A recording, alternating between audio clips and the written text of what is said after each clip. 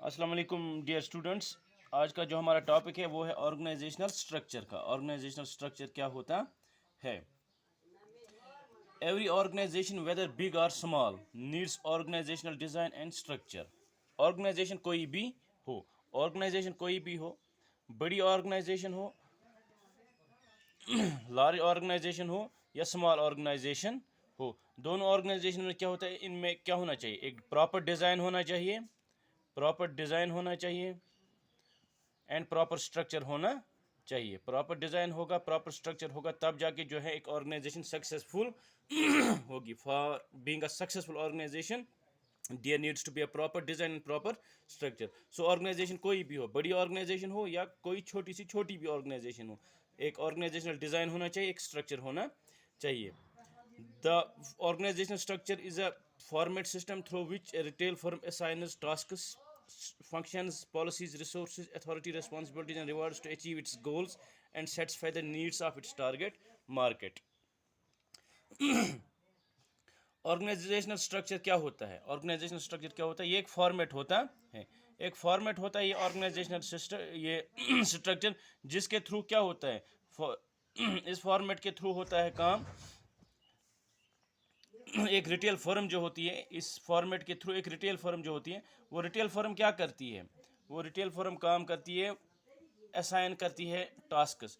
वो डिफरेंट जो उसके एम्प्लॉयज़ होते हैं उनको अलग अलग क्या करती है? टास्क देती है, फंक्शंस देती है कि जो एम्प्लॉयज़ है, किन एम्प्लॉयज़ को कौन सा काम करना है, किन एम्प्लॉयज़ का क्या काम है, किस एम्प्लॉय से क्या काम लेना है, ये इस फॉर्मेट के थ्रू हमें पता चलता है। फंक्शंस, पॉलिसीज़ इसमें जो है बयान की जाती है कि कौन कौन सी पॉलिसीज़ होंगी हमारी ऑर्गेनाइजेशन की। For being a successful organisation हमारी क्या पॉलिसीज़ होंगी।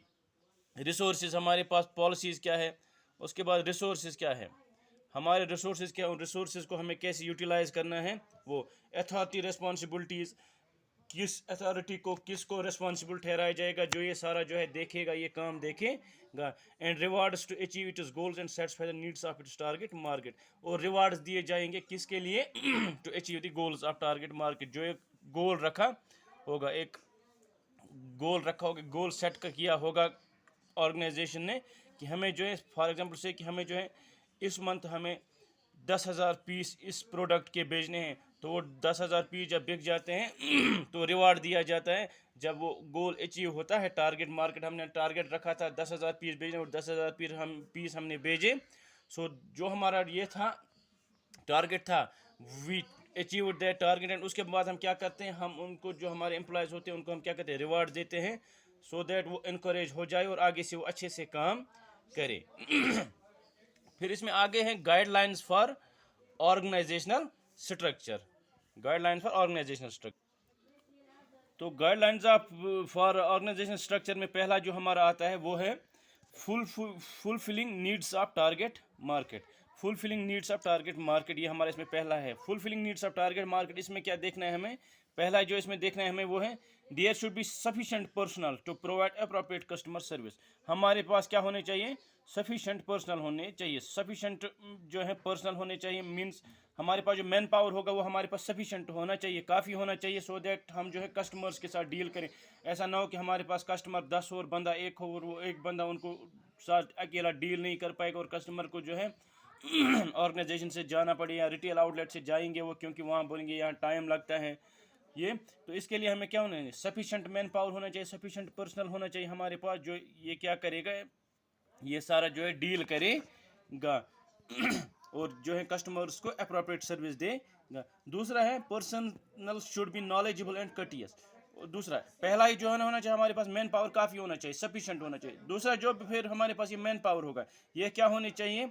It should be, they should be knowledgeable and courteous.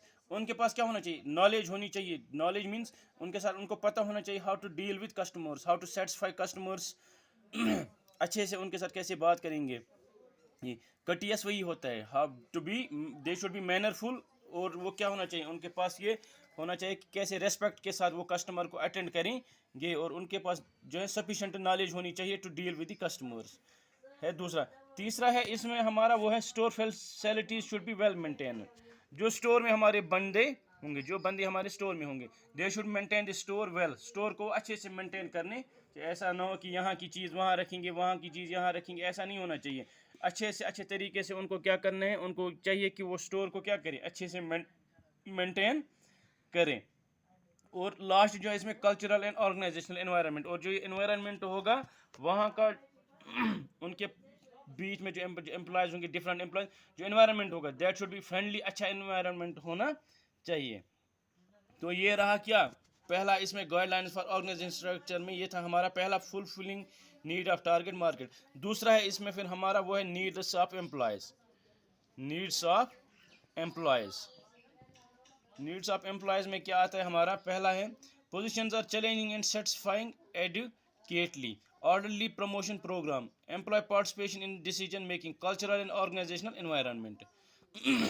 Needs of employees में हमें क्या करना है, इसमें देखते हैं हम कि एम्प्लॉय जो होते हैं हमारे पास, हम उनके साथ अच्छे से जो है वो, मतलब उनके साथ जो एक ओनर होता है रिटेल का, जो ऑर्गेनाइजेशन का ओनर होता है, वो क्या करे, कस्टम ये जो उसके एम्प्लॉयज़ उनके साथ अच्छा क्या करे, वो उनके साथ अच्छे से बिहेव करे, उनको प्रॉपरली ट्रीट करे, उनको अच्छे से, मतलब जो वो डिज़र्व करते हैं, सैलरी जिस हिसाब से काम करते हैं उनको वो दे, प्रमोशंस एक्स्ट्रा दे उनको, जो कोई डिज़र्व करता है प्रमोशन, जो कोई अच्छा काम करता है उसको प्रमोशन दे। एम्प्लॉय पार्टिसिपेशन डिसीजन मेकिंग, जब कोई से कि ऑर्गेनाइजेशन का कोई काम है तो कोई डिसीजन लेना हो तो एम्प्लॉय से भी उनकी राय ली जाए, क्योंकि एम्प्लॉयज़ वो होते हैं जो मोस्टली क्या करते हैं, कस्टमर्स के साथ डील करते हैं, उनको पता होता है कि क्या, अगर कस्टमर किसी चीज़ की कंप्लेंट करते हैं, क्या कंप्लेंट करते हैं, कस्टमर्स आते हैं क्या देखते हैं वो ज़्यादा, तो अगर कोई डिसीजन लेना हो तो एम्प्लॉयज़ का जो है उसमें पार्टिसिपेशन होना ज़रूरी है, सो दैट एम्प्लॉयज़ भी, एक तो एम्प्लॉयज़ मोटिवेटेड रहेंगे, सेटिस्फाइड रहेंगे, और दूसरा उसमें जो है ऑर्गेनाइजेशन को भी फ़ायदा